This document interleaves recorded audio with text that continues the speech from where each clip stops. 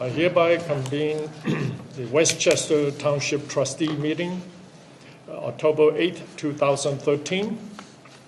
Mr. Jones, roll call. Mr. Wong? Here. Mrs. Stoker? Here. Mr. Lang? Here. Please arise for the Pledge of Allegiance. I pledge allegiance to the flag of the United States of America and to the republic for which it stands, one nation, under God, indivisible, with liberty and justice for all. Okay. Thank you. Okay, first block is citizens' comments. If you are a resident or business owner or landowner in Westchester Township and wish to address the township trustees, you have 2 minutes to address the trustee. First person signed up is Mr. Carl Ruhlman. Please come forward, state your name and address for the record. Good evening. My name is Carl Ruhlman, 8285 Bentel Drive, beautiful uptown Westchester. This morning's Enquirer had a very interesting letter to the editor that sort of applies to the situation here in Westchester. It's headlined, "Where's the money coming for the bike lanes?" The letter goes on, "I want to see safe biking, but I have a simple question about bike lanes. Where is the money coming from?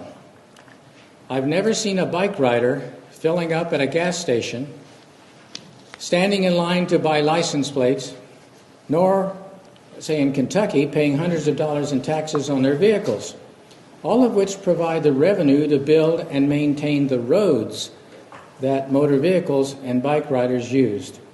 The letter is signed by Carl Schmal of Burlington. I thought it sort of applied. Secondly, on the agenda tonight is a retire-rehire item. That's the establishment term for double dipping. The employee starts taking money from his retirement fund and yet continues to work and draw a salary.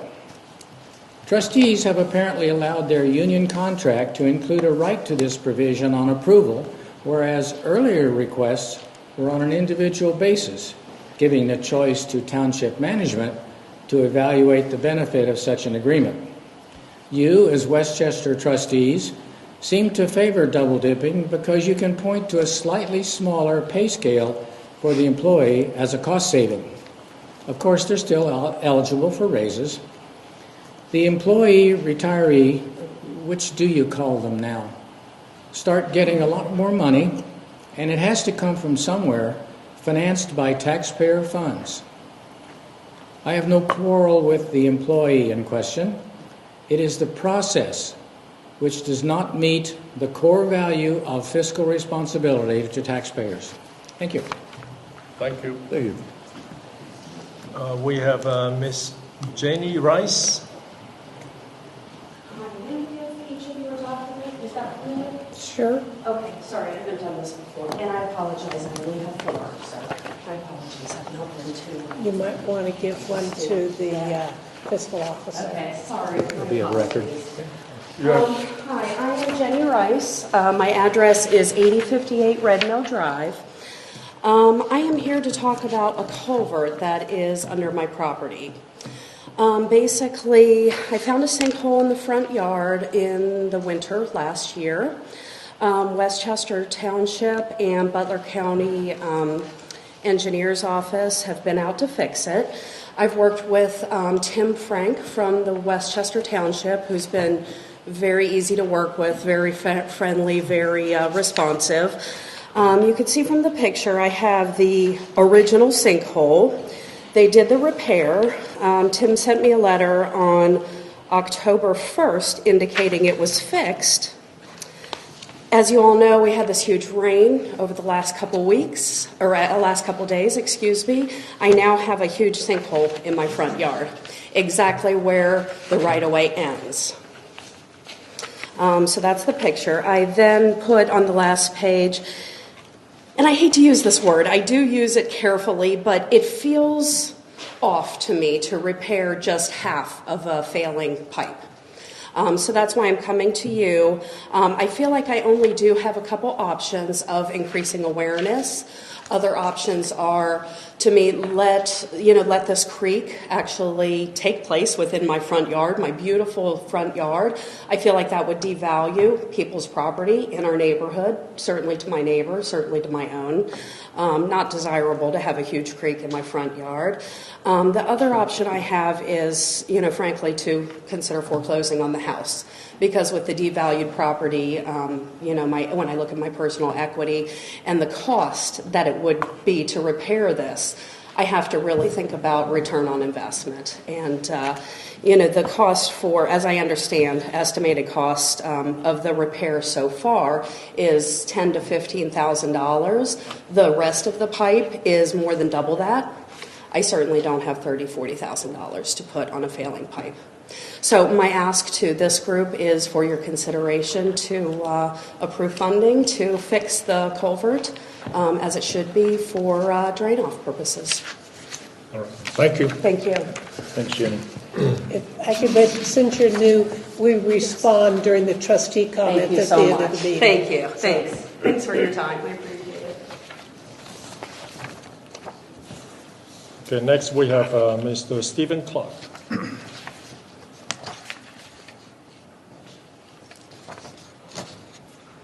Stephen Clark, 7392 St. Ives Place here in Westchester. We're going to try this question again. I'll see if maybe I can word it a little bit better. With reference to businesses that provide goods or services to the township or have zoning issues before the township, is it appropriate for current township trustee to approach those businesses and solicit consulting positions when the trustee has no other relationship with that business other than township issues? Okay. We talked about the crosswalk last week. I realized Ms. Boyko did not have the benefit of the invoice in front of her, but if you go back and review the invoice, the sidewalk was $10 a square foot. There were 2 ramps that were in addition to the $10 a square foot, and those are $400 a piece. And the curb that was installed was also in addition to the $10 a square foot sidewalk. Okay? Thank you. Last question I have is, what is the status of the Liberty Tax lawsuit? How much have we spent on that to date? How much taxpayer money has been spent so far? How much further are we going to pursue? Not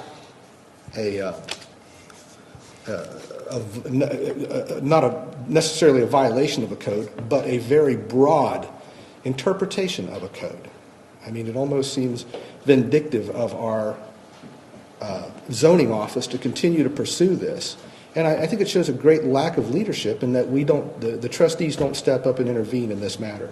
This is on one hand, it's legal for somebody to stand there in a McDonald's uniform and hold a breadboard, but it's not legal for somebody to stand there with a Liberty Tax outfit.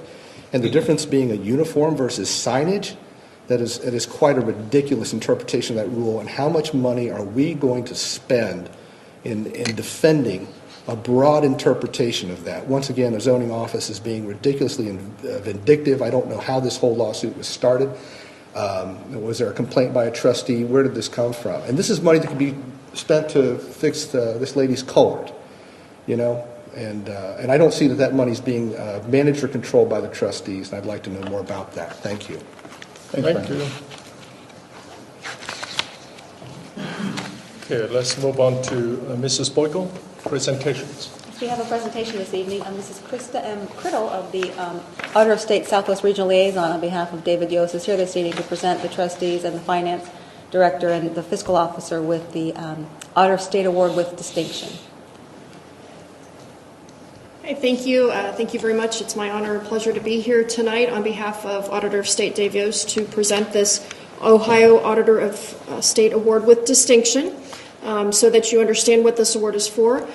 You have to do a comprehensive annual financial report, and you have to have a clean audit. And what that means is no findings for recovery, no material weaknesses, material deficiencies, significant deficiencies, anything in your audit that has any kind of problems or findings. You have a fully clean audit, and that's not, unfortunately, too terribly common today, with especially with a large township and a large government where you have a lot of different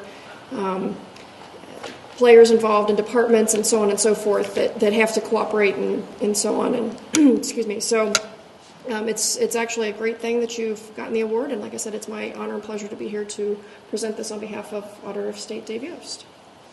Thank you very much. Would you like a picture of President? Would you like to get up? Go ahead and do it. Trustees.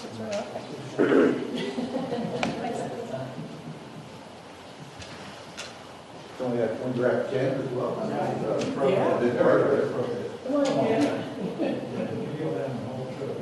Ken's the guy that did all the work. We don't deserve the accolades Ken does.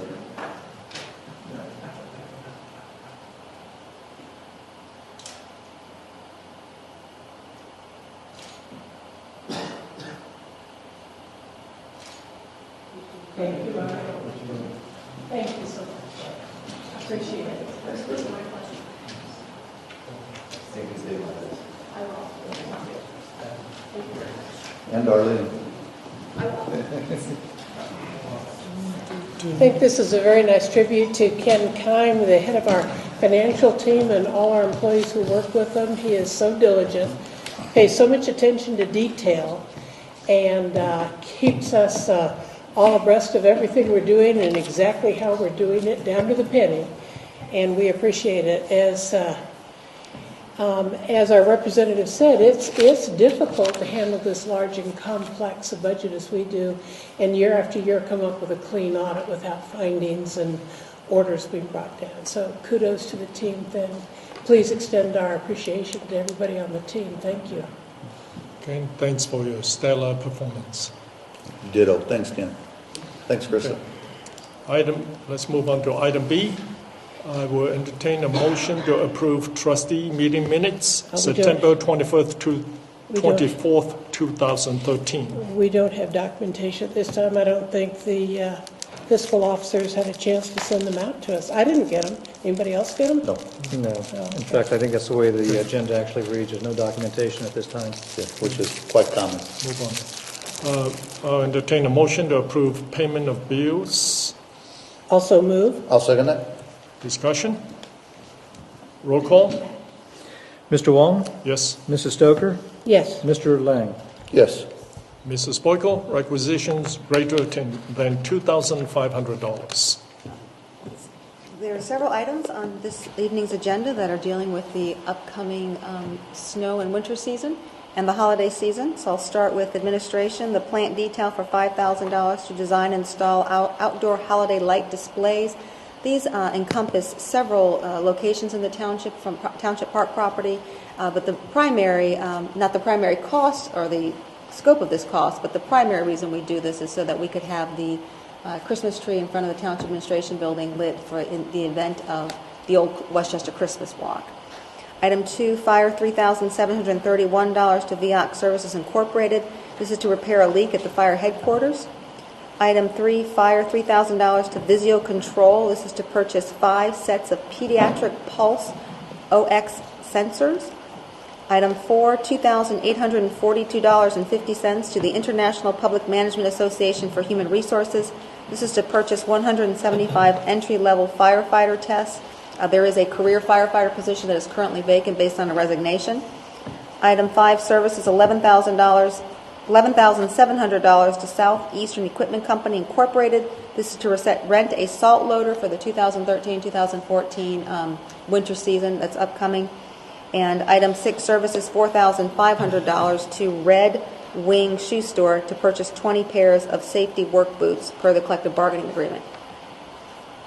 Okay, I will entertain a motion for item 1 through 6. Also move. I'll second. Discussion? Roll call? Mr. Wong? Yes. Mrs. Stoker? Yes. Mr. Lang? Yes. Item 7, personnel item.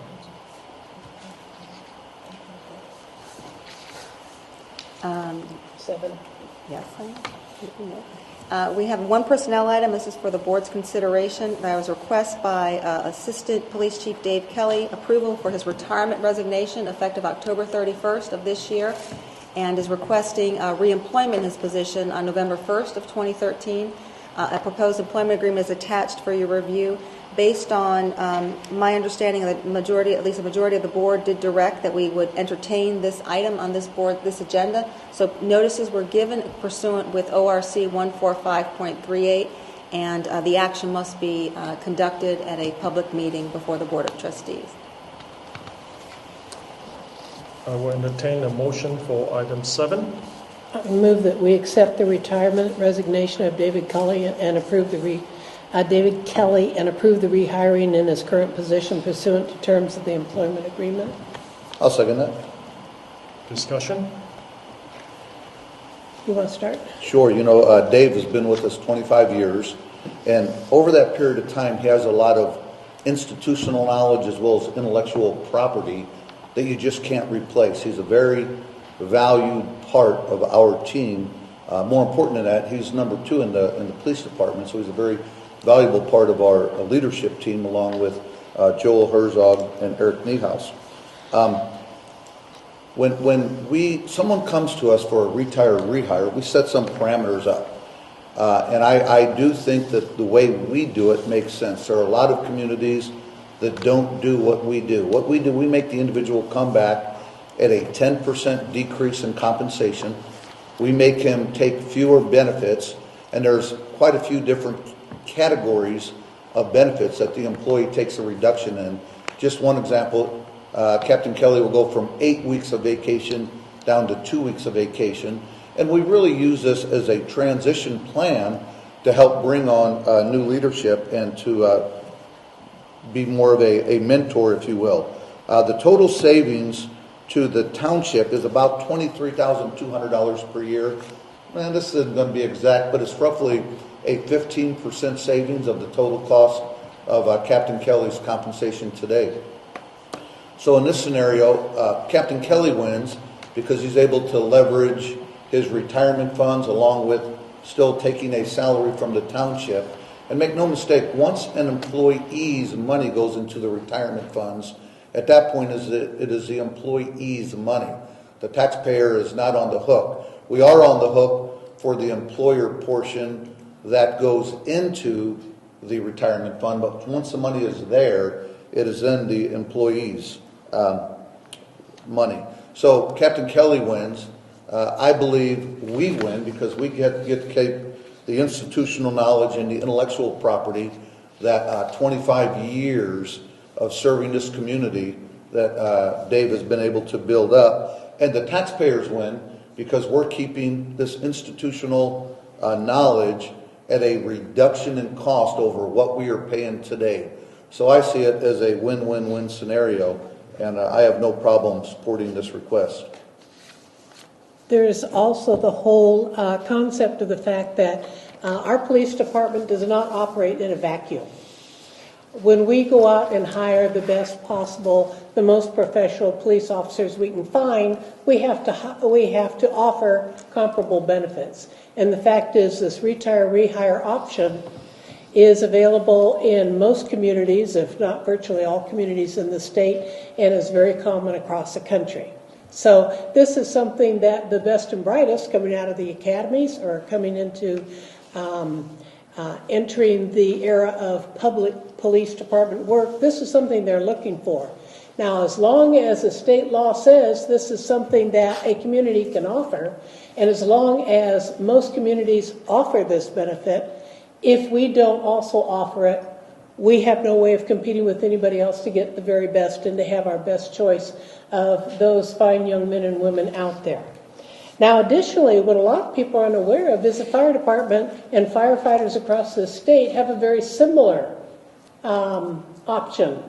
The biggest difference is they don't have to tell anybody about it. They can retire and rehire, and they can retire, start collecting retirement benefits, and continue on our payroll without us even knowing about it. So our police officers are emergency personnel who respond to emergencies to preserve life and property, just like our firefighters do. And to me, it seems inappropriate that our emergency medical and firefighters have this option and our police department don't. Wow, it's being offered in virtually every community that has police and or fire fighting department across the state. So until the law changes, this is something that we need to have in effect in our toolbox to make sure that you have the very best people when you have a fire, when you have a burglary, when you have a terrible traffic accident. You know that the person responding is going to be absolutely some of the best, most professional, best trained you can find. Yeah, I agree with what Ms. Stoker said. As it relates to the fire department in particular, because of the way Ohio Revised Code is written, people in our fire department can take advantage of this, and we don't even know. Keep it a total If they secret. don't tell us, we have no idea who's on this or who isn't on it, and they're not doing it in a way that saves the taxpayer the money. Nope. This board, the three of us, have approved every one of these requests that have publicly come to us. And Mr. Ruhlman, although I disagree with you on this retire rehire, you were right. 3 years ago, we even approved in the police union contract that allows every police officer now that's under the union to do this with staff approval without even coming to the township trustees. So we made that available to the rank and file using the same parameters of the individual winning, the township winning, and the taxpayer winning. So based on that, I have no problem supporting this. I agree with my colleagues. All the points are very valid. And also, Assistant Chief of Police, Mr. Kelly, has a stellar reputation in the police department, in the community. He's a very qualified person. And there's no question that he's qualified for a police chief job even. However, as a retired person from the Army, I felt that you always want to give a chance for a lower ranked person to give him an opportunity to move upward. For that reason, I do not agree with the rehire.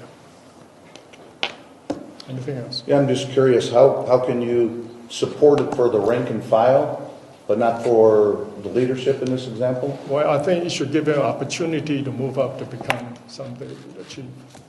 So you're okay with the rank and file doing this without even coming to the trustees doing the retire rehire? No. That's what we voted on and approved. I'm saying that in this way, I do not approve the rehire to stay in the same position. In this way, people in the lower ranks have no opportunity to move upward.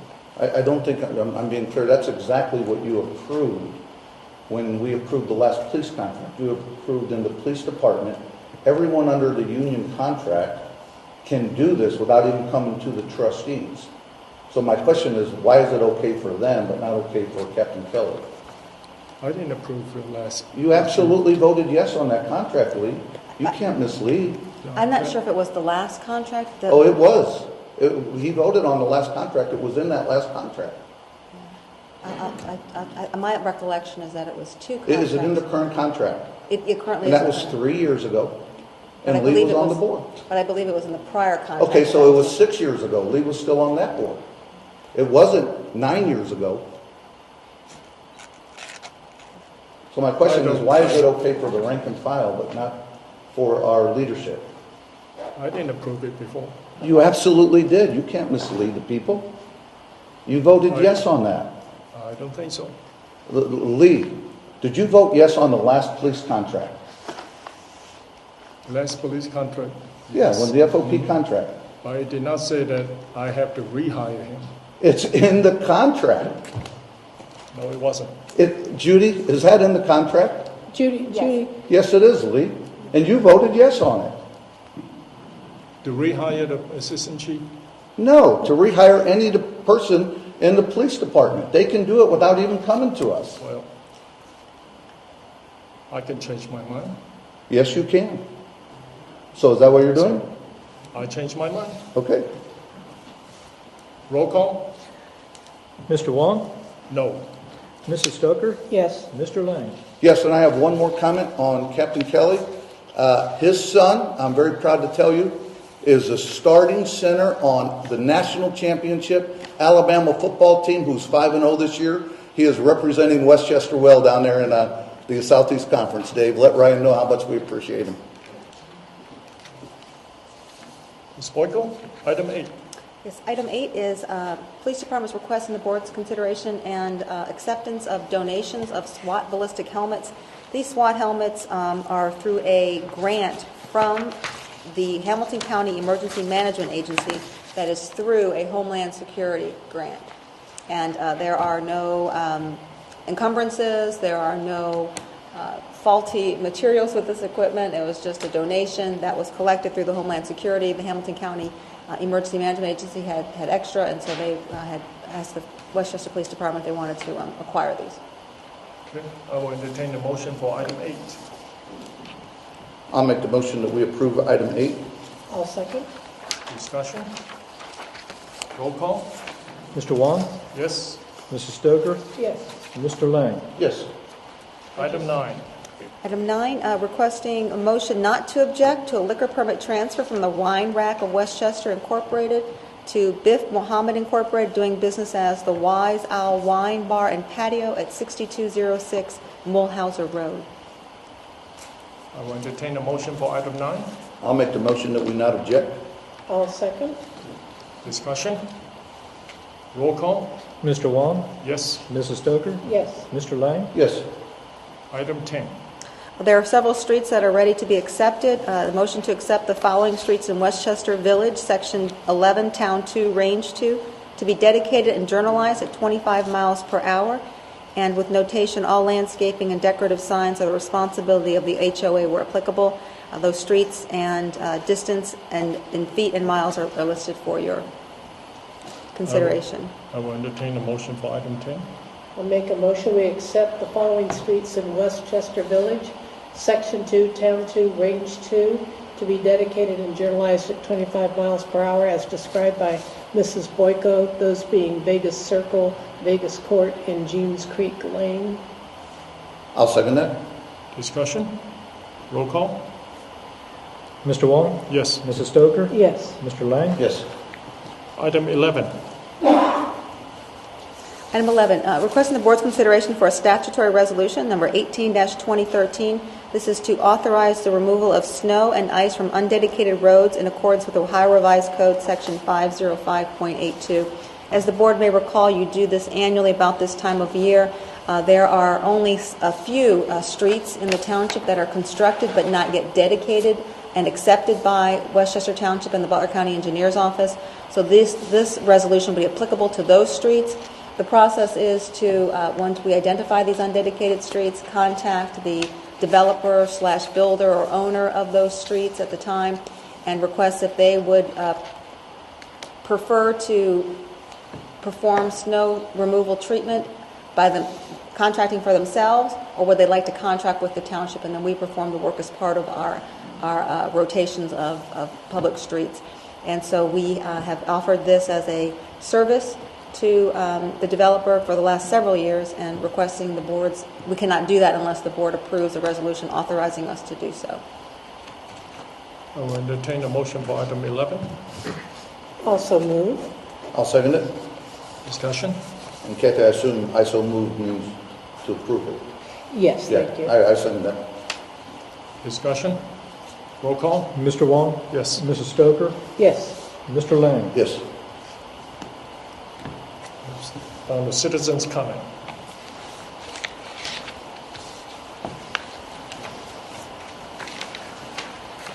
Please state your name and address for the record. Mark Morris, 8876 Eagle View Drive.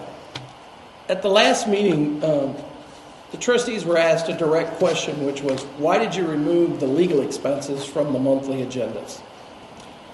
Since that meeting, I have found out that the law director for the township is paid roughly $6,000 a month, plus incurred other legal expenses. And these were things that were put on the agenda until July of 2012. So I want everyone to ask themselves this question. why did the trustees vote to stop listing the township legal expenses on the meeting agendas? One answer could be they don't want the people that they were elected to serve to find out what the real legal fees are for the township, and why they're continuing to spend fees on fighting a lawsuit with Liberty Tax, where they have been advised, to my understanding, to drop it, to settle it, to make it go away, so to speak. Or another answer could be, this is an election year, and it doesn't look good for the voters to be putting pressure on the township trustees. It's our money. We're the people. If it wasn't for us, you wouldn't be sitting behind that desk. We have a right to know what the township is spending on legal fees. I get asked all the time by people, why aren't politicians respected by their citizens? And my only answer I can give them is it's because politicians spend too much time governing in a gray area instead of a black and white. Thank you. Thank you, Mark. Anyone else?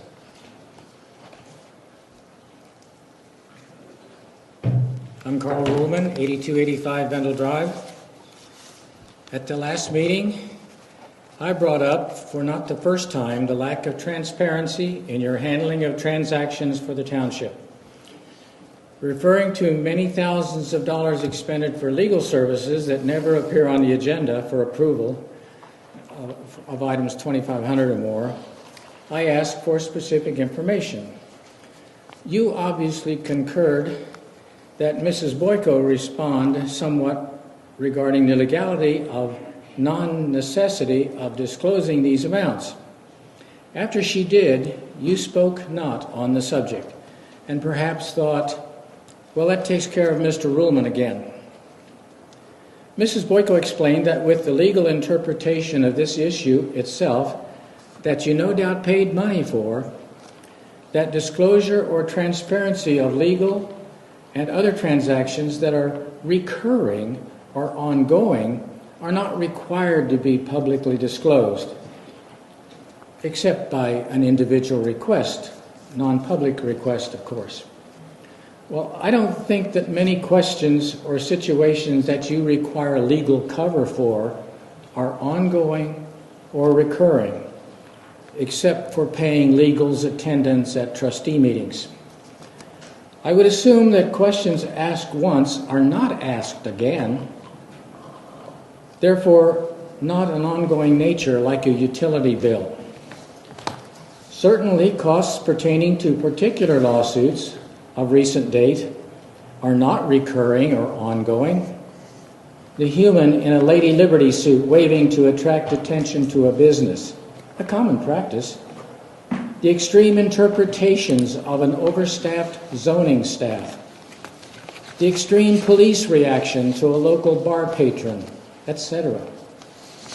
Legal expenses for varying purposes are not recurring or ongoing. I want to see the legal bills returned to the agenda. At the last meeting, I merely asked for the total amount spent for legal services in 2012 and how much had been spent through August of this year. Now, before the meeting, Mrs. Boyko caught me and said she would have these figures for me this evening. And I would ask that she read them into the record, which is what I had asked for. And I have another question to follow up. Please state all your questions now. We'll respond during trustee comments. All right, thank you. I also asked the questions, are the citizens entitled to see all bills greater than $2,500 on the trustee agenda or not? May I have your answer on this, please? You know, it's not nice or proper to hide information from those you work for. So anyone else? Okay, seeing none. We'll move on to discussion item and trustee comments. Mrs. Boyko? I have no scheduled discussion items. Pleasure of the board if you'd like me to address any of the comments. offer Sure. this evening? How about Mrs. Rice's issue? I certainly can. Right, Jenny Rice. issue. My understanding is that Red Mill is obviously a public street. As part of this year's capital improvement plan, we did recognize that the portion of the pipe in the right-of-way, which is the township's responsibility, portion of the pipe in the right-of-way needed to be repaired, replaced. And so much of this year, Mr. Frank had worked with the county engineer's office to determine what was the best solution to that, a repair or a replacement. And ultimately, they ended up on some engineered design. It's my understanding, and I know that Mrs. Rice has been, Mr. Frank has been in close communication with all of the property owners, because I believe there were 3 property owners affected by our work that was to be performed in the right-of-way. And so I know that he has been very actively and proactively engaged with those property owners prior to the improvement project being completed and during the project, and then post the project as well. Mrs. Rice's property, because the culvert and the replacement of the township pipe in the right-of-way is connected to a continuing pipe that my understanding is extends between her front yard, and I believe goes back to the middle of 2 properties. So if I'm saying anything incorrectly, I think Tim could probably correct me.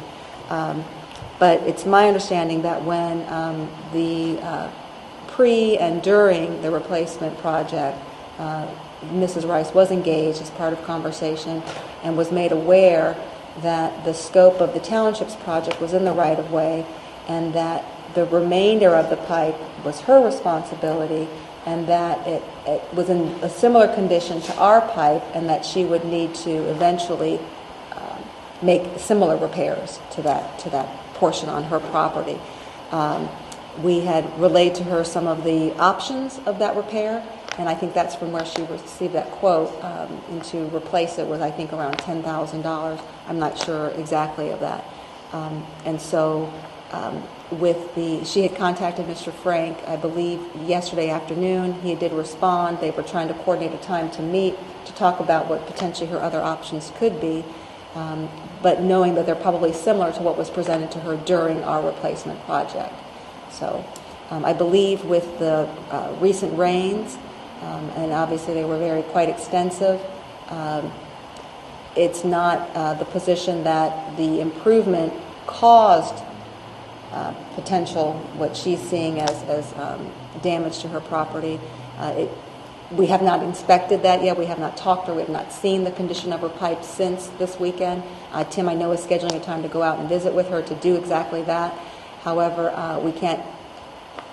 there cannot be a direct correlation that the improvement of the pipe caused the condition of her property at this time. So I think until Tim can go out and see the site and speak with Mrs. Rice directly while actually viewing the property, there really is no final position I can share with the trustees.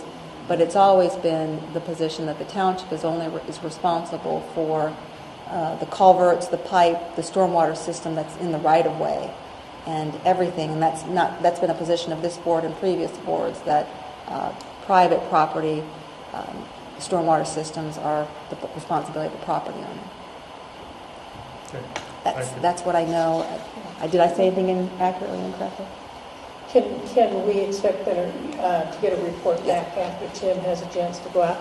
And I wouldn't be a bit surprised if that storm coming right after the work being done could very well wash out a lot of loose soil. This recent storm was not the first time it rained since the work's been done and the site's been restored. There have been other rain events, and we're doing that analysis now to see how extensive those rain events were to this point. This is a not uncommon problem that crops up in the township.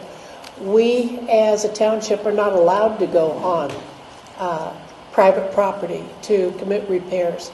Dave Gully, our previous township administrator, told me the story about how when he was the administrator of Coleraine Township, there was a not dissimilar situation where a storm drain that went apparently from the Coleraine Township property onto private property needed to be replaced. and it was going to cost about $250,000. Well, the poor property owner didn't have that money, so he begged the township to do it, and he even gave them in writing a release, giving permission to come on his property, make the repairs. The township did. They made about $250,000 repairs. Very nice. The property owner then turned around and sued Colerain Township for $250,000 worth of damage to his property, and had the proof of it because they'd gone right on there and done $250,000 worth of use. So ever since then, Dave Gully always advises we have to comply with the state law. This is a very distressing situation for the homeowner, though, who all of a sudden finds himself in a situation where they have significant damage being done to their property because of stormwater runoff, and the cost to repair it, particularly if it's a culvert running underground, are very extensive. This is an issue that the Butler County engineer has been tackling for years, and he's been trying very hard to get neighborhoods to subscribe to being one of Butler County's stormwater districts, so that thus giving the engineer the authority to come onto private property and make the changes. He's allowed to do that under state law when they form these districts.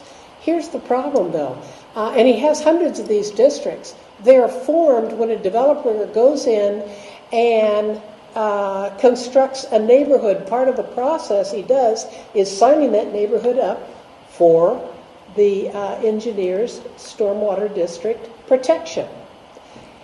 If, as an existing neighborhood, you would like to have that protection, it's my understanding, but you might want to certainly talk to our county engineer, Greg Wilkins, that he has to get approval from all the members.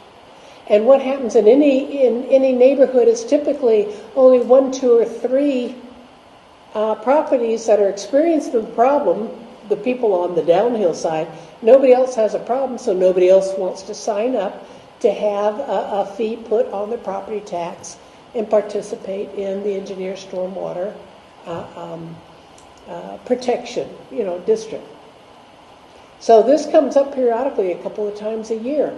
We have individuals, particularly in the older neighborhoods, their stormwater control structures are failing. They're extremely expensive to repair. They come to us. We, unfortunately, by state law, have a problem. So this is a case where we really need to have, I think, the legislation changed, giving, whether it's giving the townships protection to do that, or I don't know what, or maybe allowing the county engineer to just arbitrarily maybe put it on the ballot to arbitrarily throw a grid of stormwater districts across the county so that he can get the revenue he needs to pay for the costs of, because the county engineer doesn't have the odd $250,000 to go out and fix, or more perhaps even to fix these issues. So we're all caught in a betwixt and between situation here. Poor Mrs. Rice, she's got a problem. Her property is being washed away. She's got sinkholes. We're not allowed to go on that property. So what do we do? We're kind of at an impasse, and this is where I would really love to see Bill Coley and Margie Condit work with the county engineers and talk, because we aren't the only community to have this problem. This problem exists all across the state. And unfortunately, Mrs. Price isn't the only one in our community suffering from that. No, this comes up a couple of times a year. You're not alone. May I also address Sure. Mr. Roman's point? Prior to the meeting, I did apologize to Mr. Roman because it was my recollection. I don't know if I daydreamed or whatever, but he did request some information that I did not provide to him, so I did apologize to him, and that was my error, so I do apologize. And I also, and we will have that information for him available by the end of this evening. But I also wanted to express that, the transition of the legal fees was staff initiated. That was not based on any direction from the Board of Trustees. Mr. Keim approached me that said legal fees based on the interpretation of the Ohio Revised Code are considered to be recurring and ongoing types of expenses. They can be expended as like utilities, payroll, other types of ongoing reoccurring. And so when he being Mr. Keim approached me with that, I did confer with the law director, says, is that the proper interpretation of these types of bills? Can they be considered this? And then and the law director did concur with that. So I then approached the board and asked if that's the pleasure of the board, would you like to consider doing this? There was dissension amongst the board, but we did proceed with doing that because there was a majority that said that's fine if that's the way you want to do it. I don't even think the trustees really thought much about that. I think that it was something that was a staff finance director initiated to me, that then I said, well, if you want to do it, we initiate it to you. And then it was the decision at that point. I don't believe that any trustee really spent a lot of time and energy. I'm sorry if I'm speaking for you, but to make the decision to do this, it really was something that was presented to you, and I think I just want to make sure that it's understood that it was something staff initiated, and I just feel compelled to say that. Well, it was something staff initiated, but it was ultimately us that directed it, because I remember the conversations you and I had. I'm the one person that wasn't comfortable for exactly the reasons that were brought out a year and a half ago. I said it looks like there's a lack of transparency, like we're trying to cover something up. And yeah, we have a lot of legal bills. There's no doubt about it. But we have the best representation and the best firm, in my opinion, for what we need in all of Southwest Ohio. And I have little doubt, with the exception of the zoning things, which I am violently against some of the actions we've taken, that the money that we spend in legal fees pays for itself many times over. And if we tried to insource that and do our own legal department, we would probably spend, in my humble estimation, twice as much money as we're currently spending now. Yeah, our legal fees are high, but I've learned when you're going to legal battles, you don't want the discount lawyer. You want the best representing you, and that's what we have with our law director, Don Crane. If I one more point, sure, though. Sure. I still think they should be put back on the agenda every month like they were in the past. And I think we have nothing to hide, and in the essence of transparency, I think we should start approving those again publicly. I have no problem with that. Yeah, I have no problem with that. I think it was presented to us by staff as sort of a convenience. All our records are open to the public all the time, so nothing's being hidden, certainly not legal bills. But if the public, who are our constituents and our employers, after all, would like to, I have no problem at all. And there was nothing clandestine on staff's part to introduce that. I think that Ken's position was that oftentimes we're waiting to schedule those bills for an agenda because of his financial auditing prowess and evident of the award he won this evening. I think he just wanted to make sure those bills were paid timely and expedited and not had to wait. So there was nothing clandestine on anyone's part, especially when from staff initiating it, and I just felt I needed to express that to the board. All those are public record. Yeah. So I think we have the direction of the staff. We gave it a try. It didn't seem to float too well, so let's put them back on. That's fine. No problem with that. And we will have the information that Mr. Romans requested for him this evening. Okay. Well, Okay. that's there. Well, she doesn't have the information yet, so she can't read it on the record. She apologized for not having it ready. That's what she said. No, he will have me. It's the will of the board. If you want me to read that for the record, that's the direction the board has to give to me at the next meeting. Yeah. Okay. Sure, I don't have a problem with that. I have no problem at all. No problem. Okay. Anything else? We have a few other things to address. Let's see now. The Liberty Tax update, it's inappropriate for us to make comments about ongoing legal matters. However, I don't think it's inappropriate for me to say that the reason we're in court is not because we are suing Liberty Tax, it's because they are suing us. So, and we're all waiting to, and certainly desirous of getting that settled as soon as possible. So, Did you know about how much we spend on legal bills on that? Pardon? Excuse me. May I add to that? The first ruling was ruled that the Township was enforcing the zoning law correctly. Yeah. Every decision that's been made so far has been in the Township's favor, and which may be why Liberty Tax chose to sue us. But whatever it is, it's in the courts. The courts are going to decide. Everybody's waiting to see what the courts are going to determine in this case. Yeah. A rough estimate on what we spent on legal fees there? Please don't quote me on this price. I mean, I can confirm that for next meeting, but I believe around $30,000 since conception or inception. We and were I at believe for last year. 60 a couple months ago. Well, that might have included. I'm not sure what that price Yeah, was. That might we have won't hold you to that. We'll wait till the next meeting. what we paid to Frost Brown Todd, I think, is around the 30. That might have been what's incorporated that the insurance company also pays as part of the difference in their hourly rate. Yeah, let's look at the total legal fees. Can do that. Yeah. We are in a sue-happy country.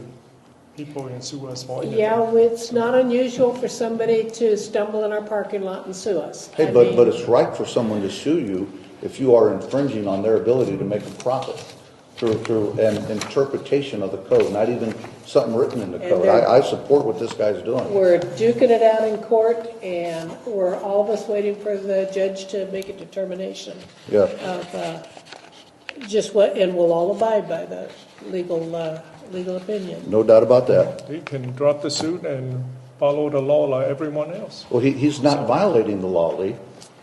No, he's suing us. That's why we're in Yeah. court. Yeah. And we could drop the suit and settle with him. You know, As all well. that does is put up a flag saying, everybody who stumbles in the parking lot, line up to get a check. I'm sorry, when we're sued, we That's not have to good. defend ourselves. Well, when we're wrong, and we can argue whether we're wrong or not, I think we would probably have a different opinion. We'll I have to few agree to other- disagree on that, yeah. Yeah, I understand that. A few other comments. Mr. Clark asked, should a trustee approach a business in that does business with Westchester, if I understand that, and solicit them? My opinion is no. If a trustee does business with a township business, they have to disclose it if there's ever anything voted on it. But, so I hope I answered his question. I'm not sure. Well, I'm sure, George, you have probably approached businesses and said, hey, I think my business can augment your business. But the trick, and there's no problem with that, it's not against the law, it's not inappropriate, No quid pro it's not quo. unprofessional. Yep. The only issue is if a vote or an issue comes before us involving that individual with whom you have a business relationship, you disclose it, you don't vote. That's correct. Yeah. So there's no problem with business people soliciting business from other businesses. I think that's all I've got. Let me just read. Oh, one other thing. Pumpkin Fest, October 19th. Fun time for the kids. If you have little ones, make sure you enjoy it. Are you going to judge? Pardon Are you me? judging? Are you judging? No, I'm going to be, I'm supposed to be in New York, but that trip may get canceled. I may be able to. Just let me know. Yeah. I just want to mention one thing. Former trustee Dave Takasik, he passed away a few weeks ago. I just asked that we keep him, Thank you. remember him. He was the last trustee here. In fact, he was at your place Yes, before you That's came. right. Yep. So, all right. Anything I else? I have one thing. It is my very great pleasure to be able to share the fact that our township administrator, Mrs. Judy Boyko, is being honored this month, not just with one special recognition, but two. On October 9th, Judy will be recognized by Venue and Lead magazine, a business magazine designed for and invaluable to Greater Cincinnati's corporate leaders and business executives, as a recipient of the Women of Influence Award class of 2013. 29 women throughout the Greater Cincinnati area with diverse professional backgrounds will be recognized at a luncheon celebrating their accomplishments, and we are extremely honored, and I think all of us can join with me in saying how pleased we are and how much we believe this recognition is well deserved. You are an outstanding administrator, not just an administrator, but everything you do. You work constantly for this community in many ways that a lot of people don't even know about. I don't think I know about. There's another recognition on October 15th. Mrs. Boyko will be recognized by the Greater Hamilton YMCA as a woman of professional excellence, selected by the Westchester Hospital. So kudos to Mrs. Boyko, well deserved recognition. Any speech? We're done? No, we're done? Yeah, speech? Speech? Okay. Adjourn? All right. We have, I will entertain a motion to adjourn the regular meeting and go into executive session with legal counsel for the purpose of considering and discussing 1. Personnel matters. A. Discuss contract negotiation for a certain collective bargaining unit. B. Review provisions of benefits for non-contract and contract employees. 2. Acquisition, sales, or swap of real property. The board will not return. I'll make the motion. I'll second. Discussion? Roll call. Mr. Wong? Yes. Mrs. Stoker? Yes. Mr. Lang? Meeting adjourned.